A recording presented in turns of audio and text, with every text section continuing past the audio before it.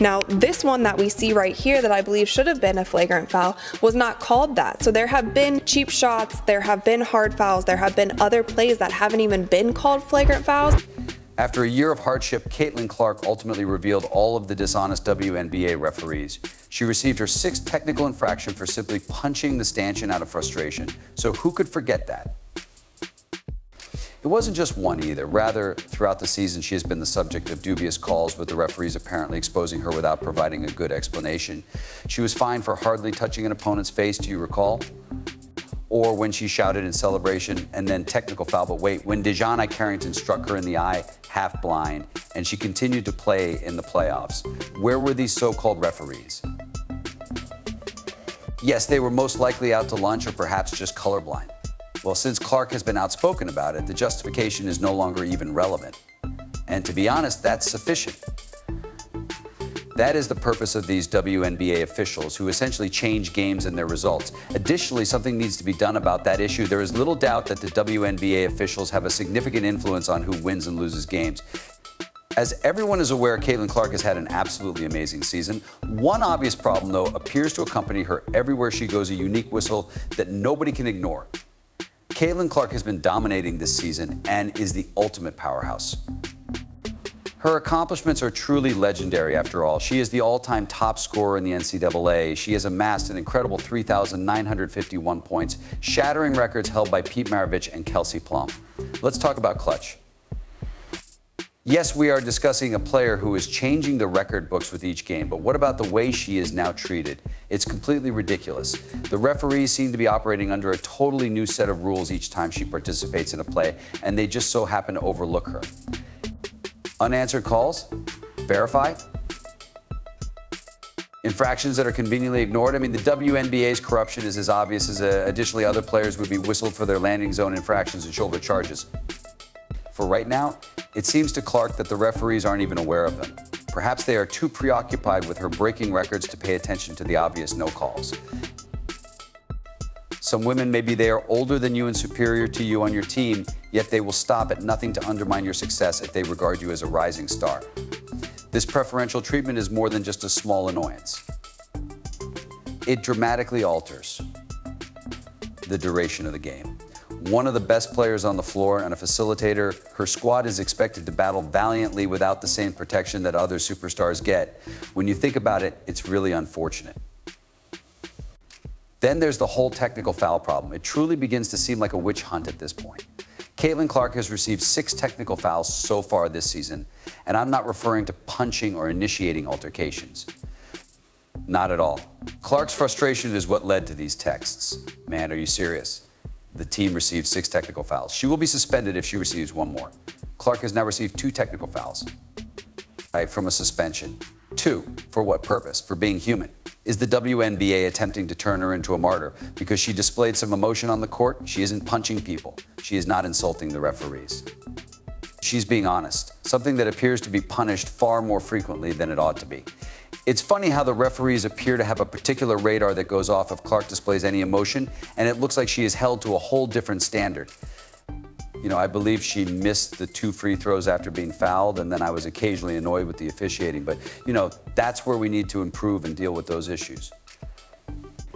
It will not be flawless. Those men will not be flawless. We're not flawless. However, the value of $1 million is how Clark's reputation as an emotional player, despite the fact that we all know she's merely determined and passionate, begins to be shaped by these technical fouls. Labeling like this has long-term consequences. LeBron, you're absolutely correct about these females' hatred of Caitlin Clark. Hey, petty gals, but because this is how the world could view the situation, it has turned into gold. Actual appearance of these prejudiced referees. Caitlin flipped the table, revealing what kind of she claims that after a contentious call, the referee smacked her with the tech because, wait for it, she's shown emotion. Isn't that shocking?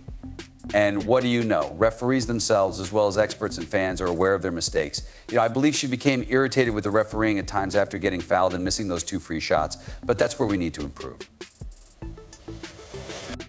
In the big picture, it's evident that Clark is being treated unfairly by the league, which punishes her for expressing annoyance while disregarding the obvious violations that are occurring in front of their eyes. The referees seem to be attempting to paint her as the antagonist just because she is emotional. But WNBA, don't worry, you'll work this out in due time. I hope so anyway. Seattle, and suddenly we're rather near. At 44, this has been as close as it has been during the whole second quarter, when you're among the WNBA's best players. You would think that the referees would provide some protection. However, Caitlin Clark hasn't been receiving that this season. When she's on the floor, it's almost as if the officials have a blind spot. And missing little calls isn't the only issue. Some risky and game-changing circumstances are being totally disregarded. Additionally, a few weeks earlier, a statistic revealed that Caitlin Clark was given 17% of the Chicago Sky were responsible for 80% of the WNBA's flagrant fouls this season. It's a fairly strong argument that the official target of a perverse vendetta sanctioned by the referee is Caitlin Clark. This season, the Chicago Sky was responsible for 80% of Clark's egregious fouls. Yes, you heard correctly. One, unmarried. I mean, how is it conceivable that a single player is receiving more egregious fouls from one club than the majority of the league combined? However, it's definitely not biased, isn't it? That's a clear warning sign from a statistical perspective. However, it doesn't end there. This trend has generated a lot of discussion among fans on social media, with many highlighting the persistent prejudice they observe in the way officials handle Clark. People are noticing a pattern, not simply a haphazard observation from the peanut gallery, and it's causing some people to take notice. Fans and internet feedback aren't the only sources of this kind of treatment. During broadcasts, some of the most reputable WNBA experts and pundits have begun to bring it up.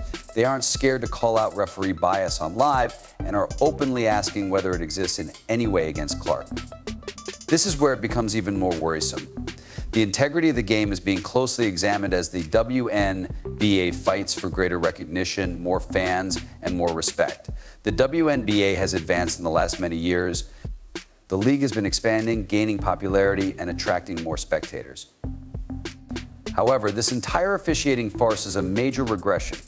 New fans or casual viewers will leave if they believe the game is manipulated or if they see their favorite players treated unfairly on a regular basis. The WNBA will eventually suffer if officials continue to act in such a biased and inconsistent manner.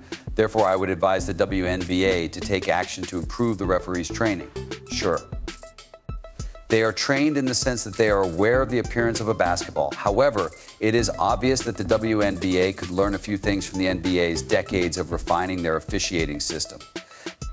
At least they have established a standard, don't they? Why don't the WNBA take a cue from them and teach its referees to consistently handle a little more pressure? And a special whistle should be given to the superstars on every level, including Asia Wilson, Nafisa Collier, Sabrina Ionescu, Breanna Stewart, and Caitlin Clark. The stars are those. When you reach that level, you are granted that privilege. When it comes to protecting its best players, the NBA goes above and above to ensure that they have a little additional leeway.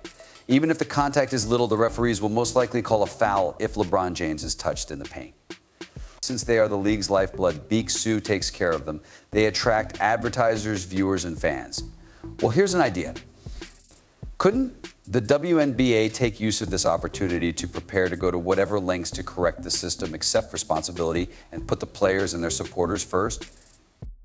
Can we go past the same old issues and consider whether it's time to make changes to how the league presents itself going forward, how games are called, and how players are treated? Because it may be more than just the referees who require retraining if they do not take action right away. It might be time for a major wake-up call for the entire league. What will the WNBA be like then? Continue to ignore the problems at hand or take initiative and clean up the mess? There is a ticking clock